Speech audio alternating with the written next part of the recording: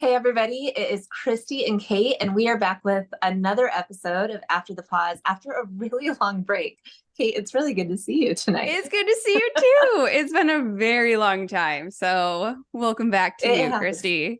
Yeah, it's been crazy. I mean, schedules get crazy, right? But as you and I chatted, we just felt like it was really important to let's come back together and let's just chat. For those of you that are tuning in for the first time or just need a reminder of what this even is, After the Pause is based off of the book that we wrote together, A Place Called Braverly, which is essentially a book all about just what it means to live courageously, to dream courageously, and then out of that, influence others to make their own courageous steps with the Lord. So that is A Place Called Braverly in a nutshell. You'll hear more about it at the end.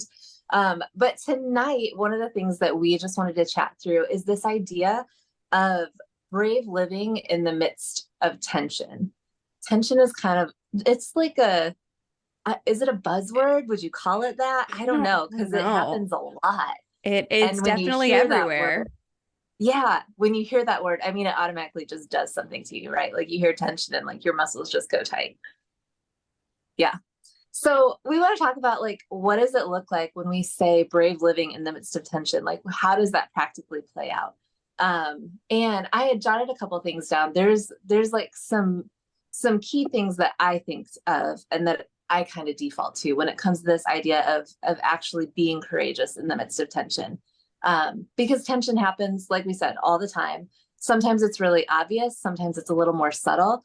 But the reality is that life is just hard, and curveballs, obstacles, whatever you want to call them, come our way a lot. Yeah. So some key ones that I'll throw out, and then Kate, you jump in wherever. I think when it comes to brave living in the midst of tension, a big one is just continue to show up, Hmm. continue to be present. Don't let the tension, the circumstance, one like overwhelm you so much that you just go into shutdown mode. Keep showing up each day, whatever that tension is with. Maybe that tension is with a person, and so showing up looks like continuing to love that person despite whatever disagreement you may have with them, or whatever it is, XYZ. It's showing up and continuing to be present in a tough circumstance. Sometimes it's just continuing to trust that the Lord is with you in the midst of that we take him at his word, that we hold on to the promises that he's given us, that this season, this hard thing won't be the thing that like ends me, right? Like if the Hmm. Lord has asked me to be here and to step in this place, then I just need to take him at his word and trust that that's actually true.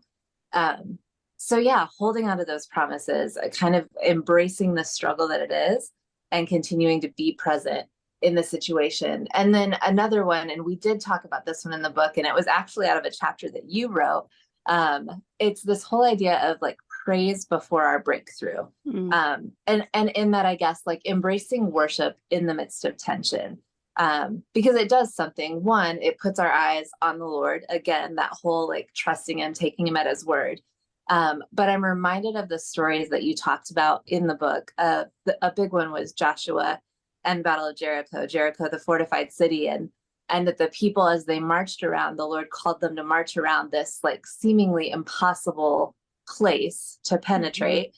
And he said that you're gonna get to the promised land, and the way through that is this city. And yet, how he called them to go around the city, the worshipers were the lead.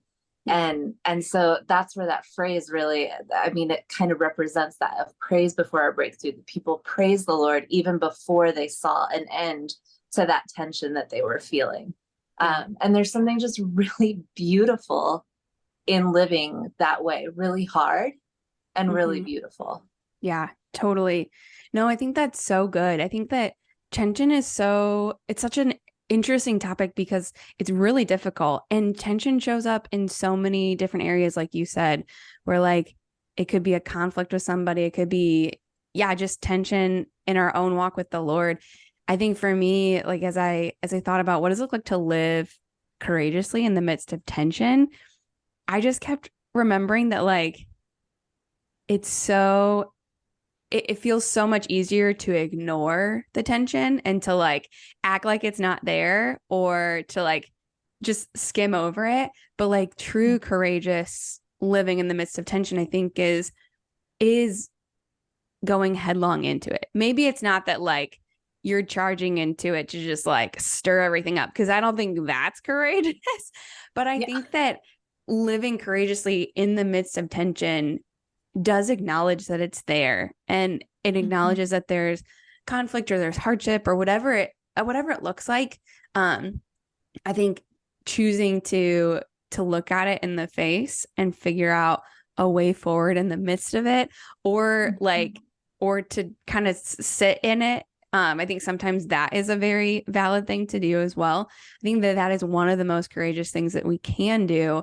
There's, I mean, I know that this is not unique to my old coworker, but one of my old coworkers used to say, like, the only way through it is through it. And like, and in the midst of tension, I think nothing is truer. The only way through it is just to go through it.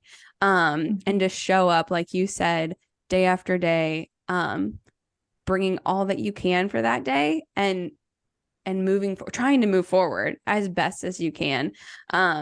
And I think you're so right, that praise and that gratitude. My mind went to gratitude. I think that gratitude, especially practicing that with the Lord and with ourselves, like in our own, reminding our own hearts and minds.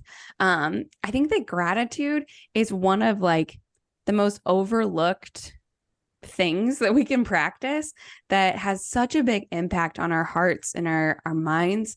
And to me, that comes with like praise, because praise is worship, it's gratitude. And I think that as we're walking through tension, as we're living in tension, we have to learn to practice that gratitude as well. Yeah. Oh, that's so good. That's so, so good. And I love what you said, even at the beginning, of that whole idea of like just sitting in it, like sitting with it, being present through it. Like, I should have my journal over here and just like flip through. Yeah. I won't, but flip through the pages of just the amount of times that I find myself just sitting in the midst of whatever those tensions are. And yet there is so much courage to be found in that, of like sitting with it, and not just sitting with it and like sulking in it, but sitting with it with the Lord, and being unafraid to like just pour out your heart, ask him your questions, tell him your doubts and fears, and know that at the end of it, maybe you still don't have an answer yet, but that he's still worth being praised, and that he's still good. And there's just something truly powerful and courageous in that. Yeah.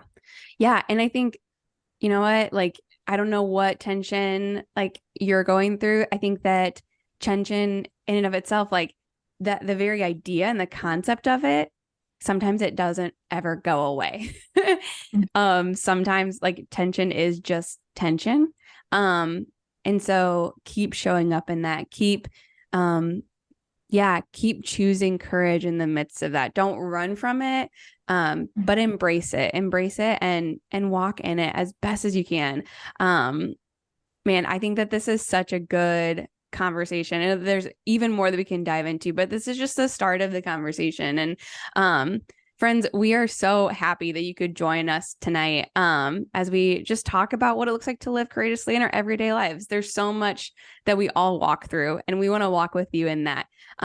So if you have not checked out our book, A Place Called Braverly, you can get it wherever books are sold online, or if you're into free things like I am, you can head to our website, A Place Called Braverly, and download a free ebook of the book, A Place Called Braverly. And so you guys should check that out. The links will be in the notes below. Check out us on all the social medias, all the things. And we'll be back next week for another conversation.